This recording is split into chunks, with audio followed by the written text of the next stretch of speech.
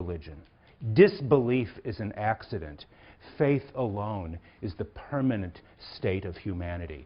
If anyone's interested, that's on page 284. But no one can possibly read that section and come away from Tocqueville by thinking he had only a kind of functionalist, sociological view of religion concerned with its effects on human behavior and society. Disbelief is an accident. Faith is the permanent condition of humanity, and only through a kind of moral violence, through moral violence, can religious faith be eliminated. I think these passages show a much deeper, almost metaphysical dimension to Tocqueville's thought. It shows him to be a thinker, like Plato in many ways, of enormous psychological depth and subtlety and insight.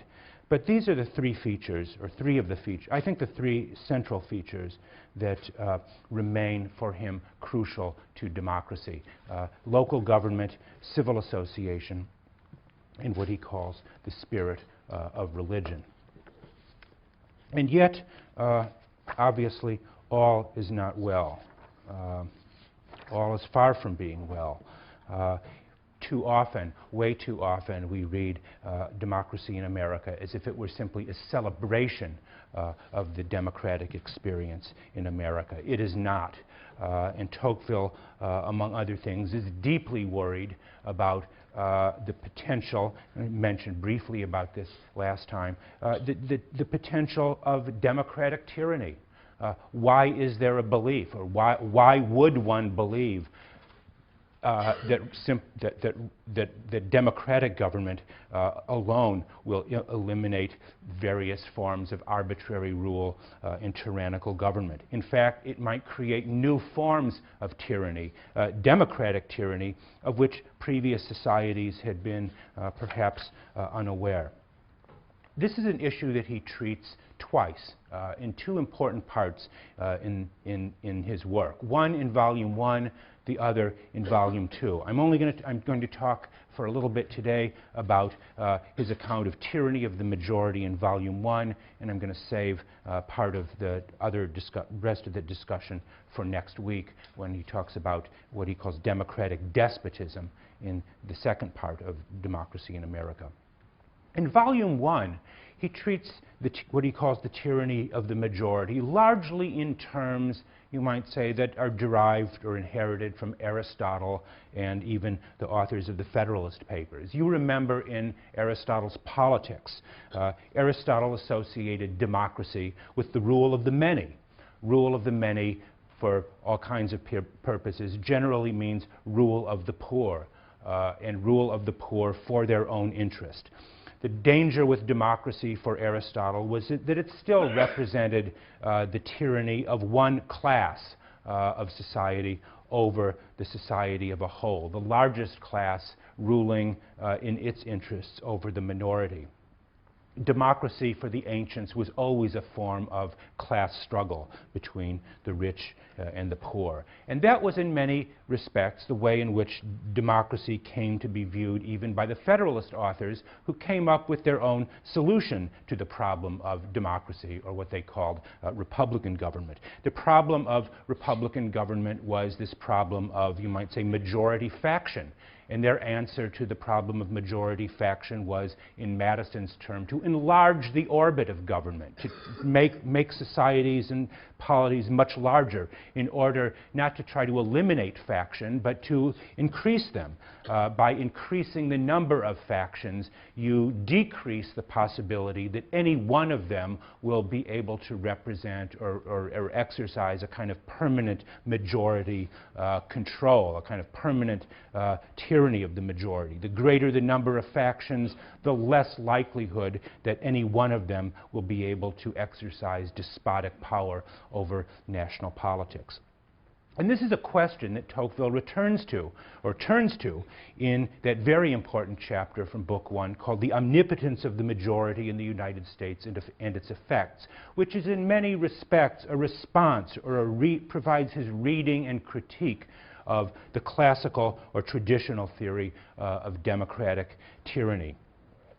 The U.S. Constitution, he talks about, has enshrined the majority in its opening preamble, "We the people." It has enshrined the majority even as it has sought to limit the powers of the people. And although Tocqueville devotes a great deal of attention in Volume 1, we're not really reading these sections, I don't think they're all that important for our purposes. He spends a great deal of attention simply sort of describing the makeup of the federal constitution, the structure of the houses of government, and so on. One has to say he is far less impressed than Madison or the Federalist authors were that the problem of majority faction has been solved in America.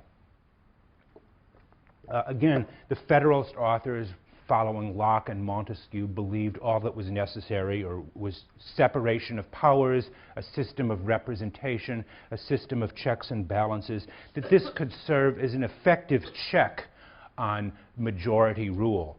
But Tocqueville was less certain of that. It was less certain that these, as it were, institutional devices alone could check what he calls the empire of the majority. The empire of the majority, a term that he uses that it clearly has kind of theological connotations, denoting a kind of divine omnipotence, that the people have come to be the ultimate or final authority.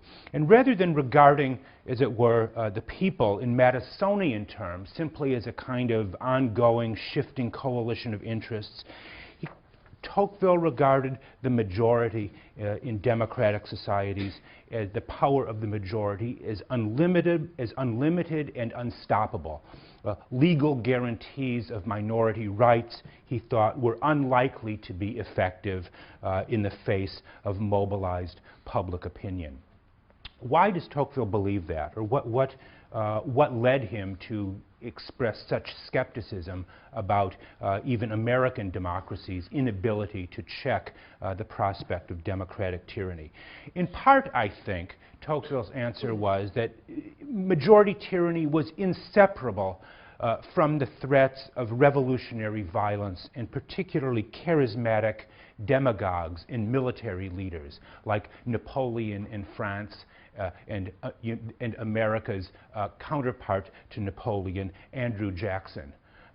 Napoleon was in France the man capable of mobilizing the masses into fits of patriotic zeal and to carry on war. And Jacksonianism for him was simply looked like a sort of an American form of Bonapartism. A military commander riding to political power on the wings of popular support. More than anything else, Tocqueville feared militarism combined with a kind of unlimited patriotic fervor. And it is in these respects you can begin to see some of the less ennobling features of the democratic experience and the more ominous possibilities of democratic rule. The power of the majority, he says, makes itself feared, especially through the dominance of the legislature. He believed, we could talk about whether this belief is still valid or true, he believed that